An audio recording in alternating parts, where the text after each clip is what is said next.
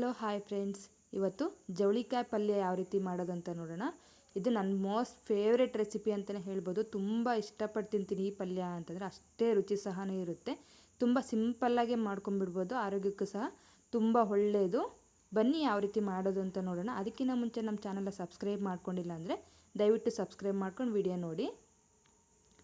ನಾನು ಇಲ್ಲಾಗಲೇ ಒಂದು ಅರ್ಧ KGಯಷ್ಟು ಜವಳಿಕಾಯನ್ನು ಈ ಥರ ಕಟ್ ಮಾಡಿ ಇಟ್ಕೊಂಡಿದ್ದೀನಿ. ಕೆಲವ್ರು ಗೋರಿಕಾಯಿ ಅಂತಾರೆ, ನಾನಿಲ್ಲಿ ಜವಳಿಕಾಯಿ, ನಮ್ಮ ಕಡೆ ಎಲ್ಲ ಜವಳಿಕಾಯಿ ಅಂತಾರೆ.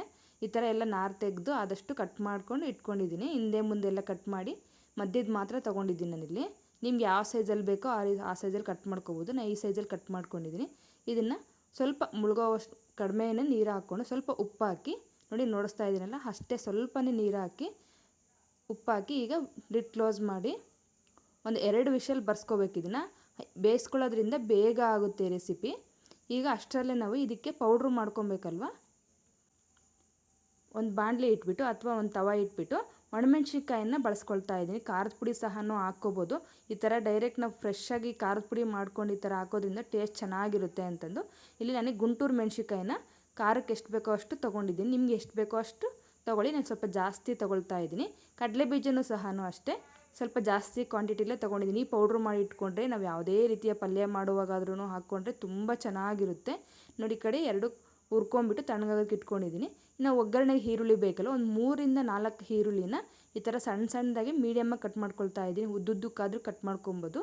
ನಿಮ್ಗೆ ಯಾವ ರೀತಿ ಅಡ್ಜಸ್ಟ್ ಆಗುತ್ತೋ ಆ ರೀತಿ ಕಟ್ ಮಾಡ್ಕೊಳ್ಳಿ.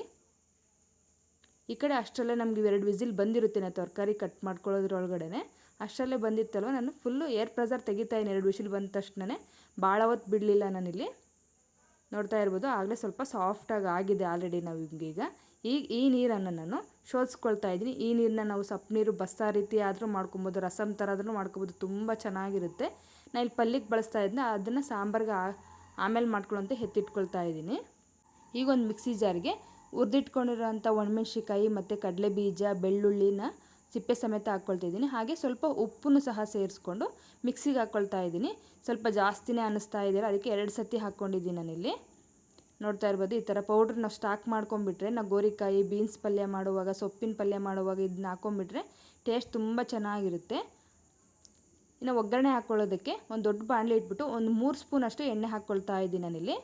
ಎಣ್ಣೆ ಎಲ್ಲ ಕಾದ ನಂತರ ಸ್ವಲ್ಪ ಸಾಸಿವೆ, ಕರಿಬೇವಿನ ಸೊಪ್ಪು ಮತ್ತು ಖಾರಕ್ಕೆ ಹಸಿಮೆಣ್ಸಿನ್ಕಾಯಿ ಹಾಕ್ಕೊತಿದ್ದೀನಿ. ನಿಮ್ಗೆ ಆಪ್ಷನಲ್ಲಿ ಇದು ಖಾರ ಕಡಿಮೆ ಬೇಕು ಅಂದರೆ ಖಾರದ ಪುಡಿಯಿಂದನೇ ಸಾಕಾಗುತ್ತೆ. ನಾನು ಇಲ್ಲಿ ಸ್ವಲ್ಪ ಖಾರ ಬೇಕಾಗಿರೋದು 2 ಹಸಿಮೆಣ್ಸಿನ್ಕಾಯಿನ ಜಾಸ್ತಿ ಹಾಕ್ಕೊಂಡಿದ್ದೀನಿ. ಇನ್ನು ಕಟ್ ಮಾಡಿರೋಂಥ ಈರುಳ್ಳಿನೆಲ್ಲ ಹಾಕಿ ಚೆನ್ನಾಗಿ ಈ ರೀತಿ ಫ್ರೈ ಆಗುವಾಗ ಬೇಯಿಸಿಟ್ಕೊಂಡಿರೋಂಥ ಜವಳಿಕಾಯಿನ ಹಾಕಿ ಈ ರೀತಿ ಚೆನ್ನಾಗಿ ಫ್ರೈ ಮಾಡ್ಕೋಬೇಕು. ಈ ಥರ ಬೇಯಿಸಿರೋದಾದರೂ ಸಹ ಒಂದು 2-3 ನಿಮಿಷನಾದರೂ ನಾವು ಫ್ರೈ ಮಾಡ್ಕೊಂಡ್ರೆ ಒಗ್ಗರಣೆಯಲ್ಲಿ ಟೇಸ್ಟ್ ಚೆನ್ನಾಗಿರುತ್ತೆ. ನೋಡಿ, ಈ ಥರ ಒಂದು 2-3 ನಿಮಿಷ ಆದಮೇಲೆ ಒಂದು ಸ್ವಲ್ಪ ಉಪ್ಪು ಸೇರಿಸ್ಕೊಳ್ತಾ ಇದ್ದೀನಿ. ನಾವು ಜವಳಿಕಾಯಿನೂ ಉಪ್ಪು ಫಸ್ಟಿಗೆ ಹಾಕಿ ಬೇಯಿಸ್ಕೊಂಡಿರ್ತೀವಿ ಆಲ್ರೆಡಿ. ಖಾರದ ಪುಡಿಲೂ ಉಪ್ಪಿನಾಂಶ ಇರುತ್ತೆ.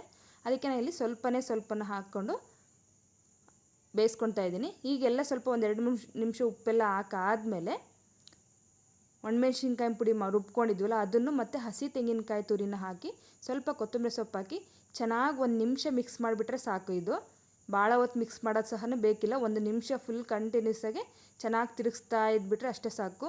ಸೂಪರಾಗಿರೋಂಥ ಪಲ್ಯ ರೆಡಿಯಾಗುತ್ತೆ. ಇನ್ಯಾಕೆ ತಡ ಮಾಡ್ತೀರಾ, ನೀವು ಒಂದು ಸತಿ ಟ್ರೈ ಮಾಡಿ ಹೇಗೆ ಬಂತು ಅಂತ ಕಮೆಂಟ್ ಮಾಡಿ. ಪ್ಲೀಸ್ ನಮ್ಮ ಚಾನಲ್ಗೆ ಒಂದು ಸಬ್ಸ್ಕ್ರೈಬ್ ಮಾಡಿ ನೋಡಿ ಅಂತ ಹೇಳ್ತೀನಿ. ಓಕೆ ಫ್ರೆಂಡ್ಸ್, ಬಾಯ್.